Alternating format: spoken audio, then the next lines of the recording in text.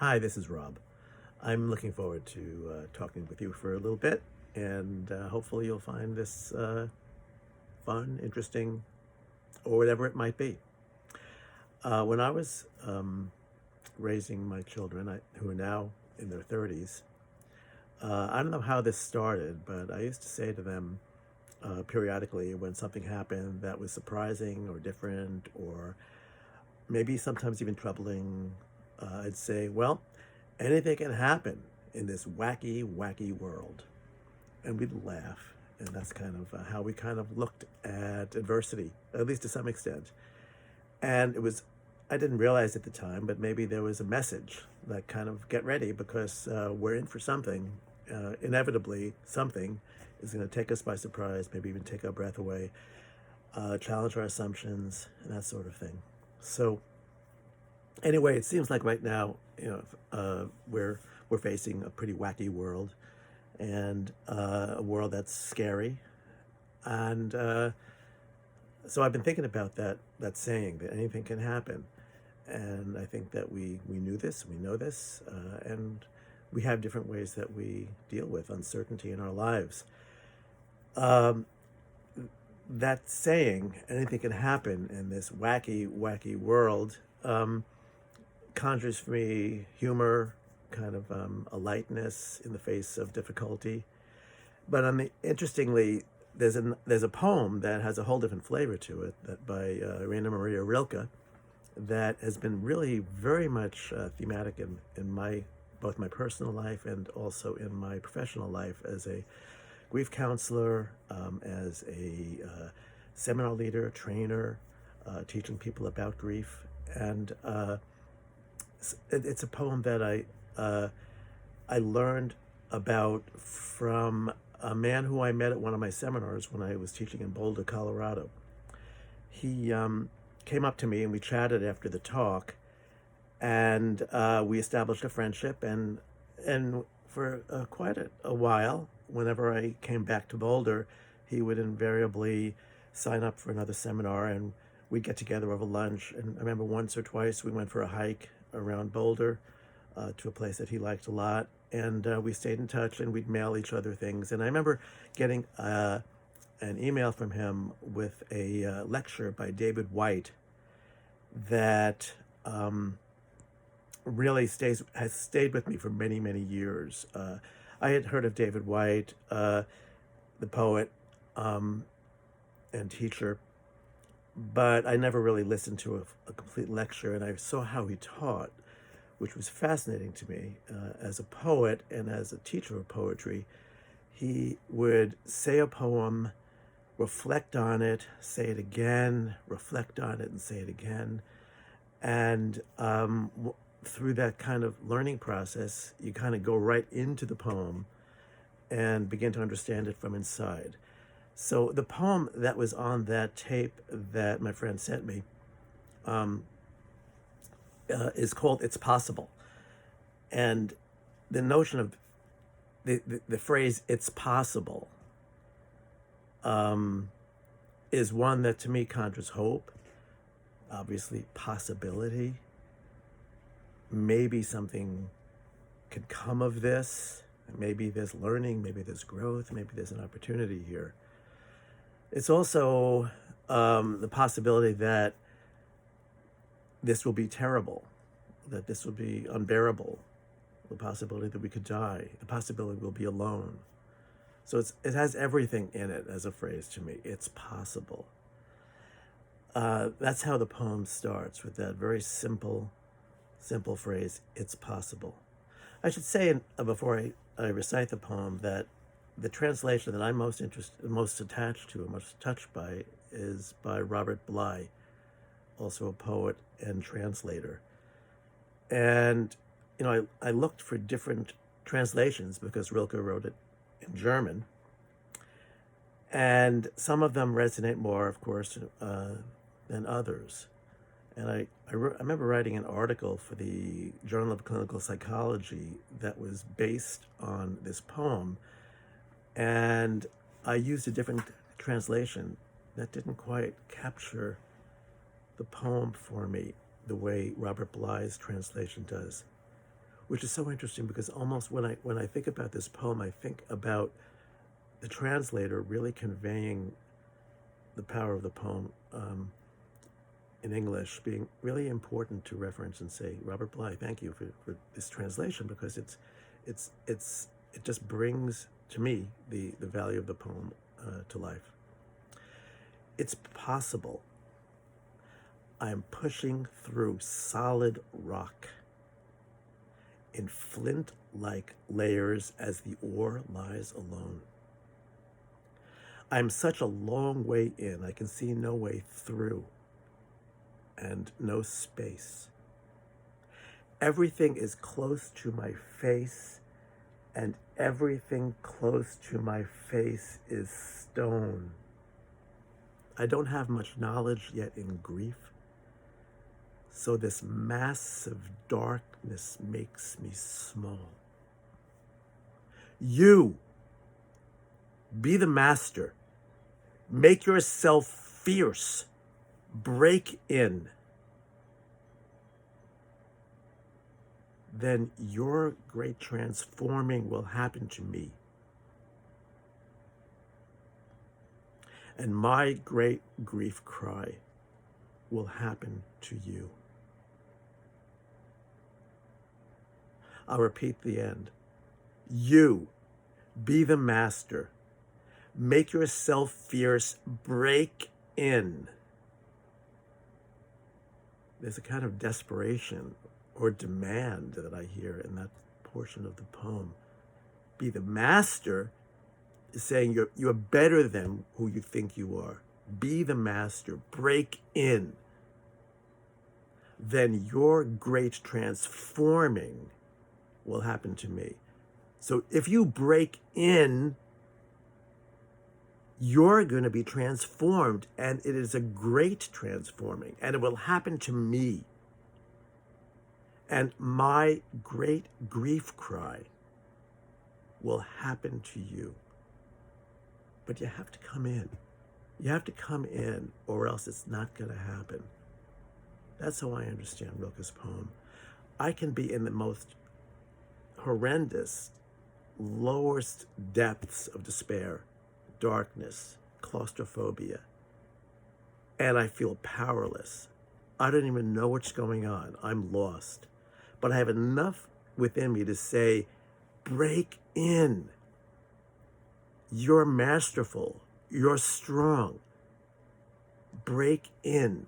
And something happens collaboratively through that process. To me, that's the heart of the matter here. How do we join one another in the midst of terror? How do we find something here that can change both of us and make us better? That's what this poem says to me. And it asks the question, and it calls on us to be better than we thought we were. So when I'm in that place of terror and despair, what do I need? What do I need?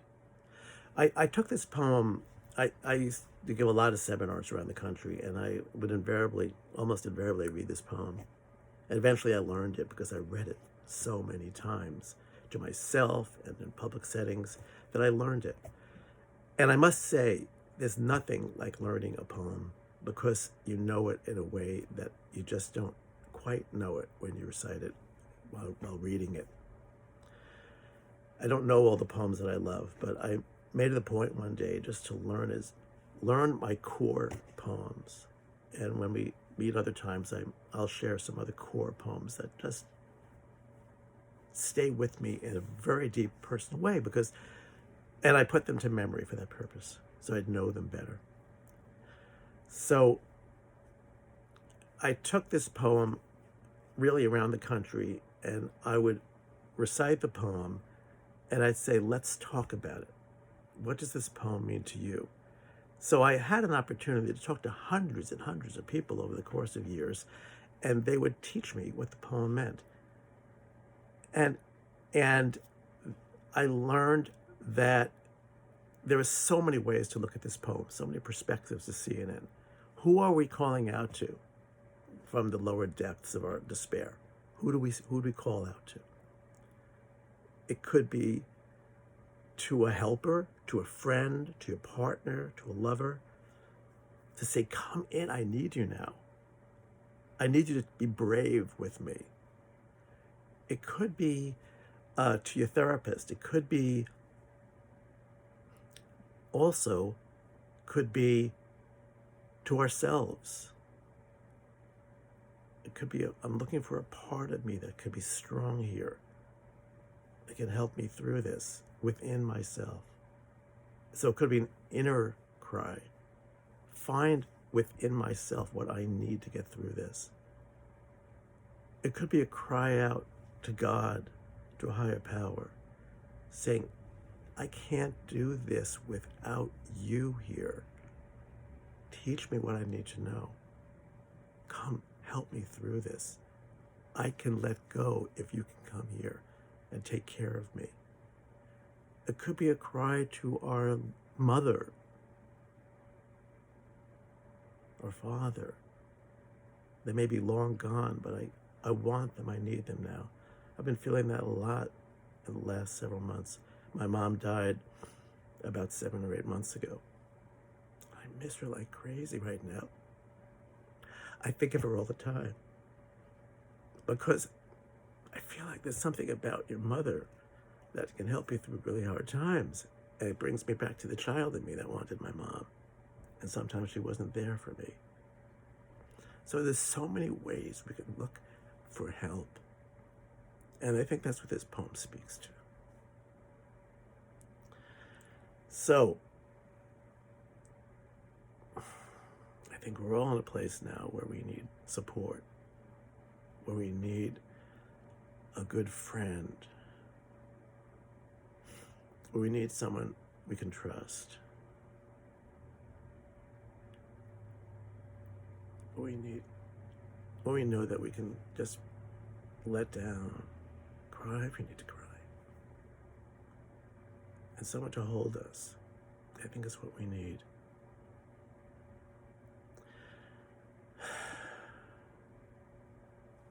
So this poem has been a teacher for me. It's been a doorway for me to kind of find support.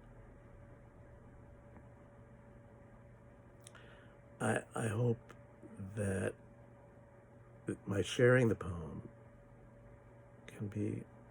was helpful for you. It's possible. I'm pushing through solid rock in flint-like layers as the ore lies alone. I can see no way through and no space. Everything is close to my face. And everything close to my face is stone. I don't have much knowledge yet in grief. So this massive darkness makes me small. You, be the master. Make yourself fierce. Break in.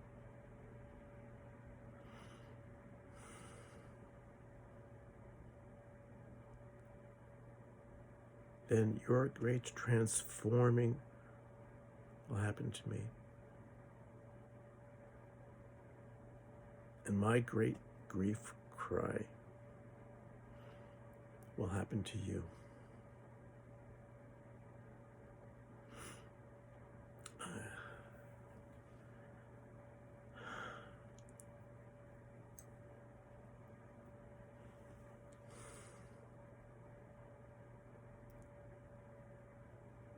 Something happens when we care and also take risks in our caring. And we come in.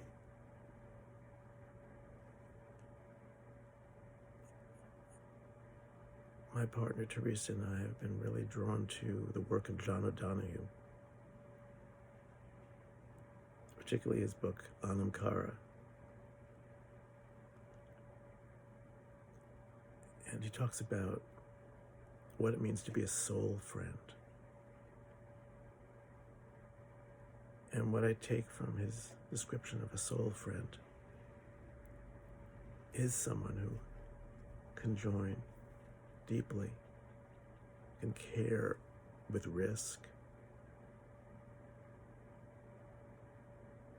at least try. That's all we can do is try.